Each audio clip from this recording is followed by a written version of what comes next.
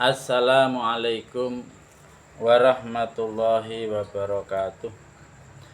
Bismillahirrahmanirrahim. Nahmaduhu wa nusalli wa nusallimu ala rasulil karim. Asyhadu an la ilaha illallah wa asyhadu anna Muhammadan abduhu wa rasuluh. La haula wa la quwata illa billahil aliyyil azim. Alhamdulillah, saudaraku, dimanapun Anda berada yang sama-sama dirahmati Allah Subhanahu wa ta'ala. Semoga hari ini Allah Subhanahu wa ta'ala selalu curahkan rahmat, hidayah,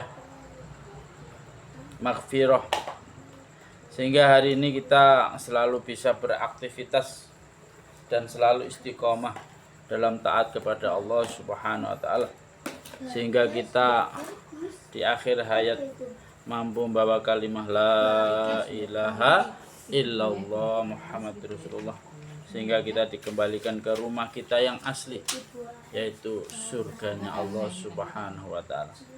Saudaraku yang sama-sama dirahmati Allah Subhanahu wa ta'ala, alhamdulillah hari ini kita lanjutkan program kita, taklim kita tentang bab anjuran supaya zuhud, qanaah dan tidak minta-minta.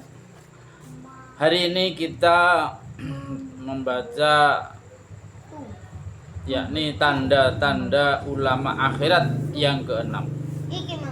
Tanda ulama akhirat yang keenam adalah tidak cepat-cepat mengeluarkan fatwa. Mereka selalu berhati-hati dalam menerangkan masalah agama. Jika ada orang lain yang lebih ahli dalam bidang tersebut, mereka akan menyerahkannya kepada orang yang lebih ahli tersebut. Abu Hafsah Naisaburi rahmatullah alaih berkata, orang alim adalah orang yang ketika ditanya merasa takut bahwa pada hari kiamat ia harus menjawab pertanyaan, dari mana sumber jawabanmu itu? Sebagian ulama berkata, para sahabat radhiyallahu anhum sangat menghindari 4 perkara. 1. Menjadi imam. 2. Menjadi wahsi, yakni pembagi wasiat. Yang ketiga, menyimpan amanah. 4. Memberi fatwa. Dan kesibukan khusus mereka adalah 1. Membaca Al-Quran. 2. Memakmurkan masjid. 3. Berzikir kepada Allah Subhanahu wa ta'ala. Dan yang keempat, memberi nasihat tentang kebaikan. Dan yang kelima, mencegah keburukan. Ibnu Husain rahmatullah alaih berkata, betapa tergesa-gesa orang-orang mengeluarkan fatwa, padahal jika masalah itu ditanyakan kepada Umar radhiyallahu an, ia akan mengumpulkan semua ahli Badar untuk bermusyawarah dengan mereka. Anas radhiyallahu an, seorang sahabat besar, berkhidmat kepada Rasulullah sallallahu alaihi wasallam selama 10 tahun. Tetapi bila ditanya tentang suatu masalah, ia akan berkata, silahkan bertanya kepada Hasan rahmatullah alaih, yakni Hasan Basri rahmatullah alaih, seorang ahli fikih, sufi dan tabi'in yang masyhur. Meskipun Anas radhiyallahu anhu seorang sahabat, ia menyebut dan menunjukkan nama seorang tabi'in. Abdullah bin Abbas radhiyallahu anhuma, bila ditanya mengenai suatu masalah, ia adalah seorang sahabat yang masyhur dan kepala para ahli tafsir.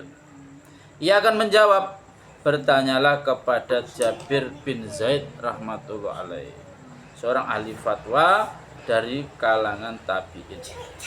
Abdullah bin Umar radhiyallahu anhu adalah seorang ahli fikih yang besar, tetapi bila ditanya tentang suatu masalah, ia akan melemparkannya kepada Sa'id al-Musayyab rahmatullah alaih, seorang tabi'in. Alhamdulillah, saudaraku yang dirahmati Allah SWT, ini tadi tanda ulama akhirat yang ke-6.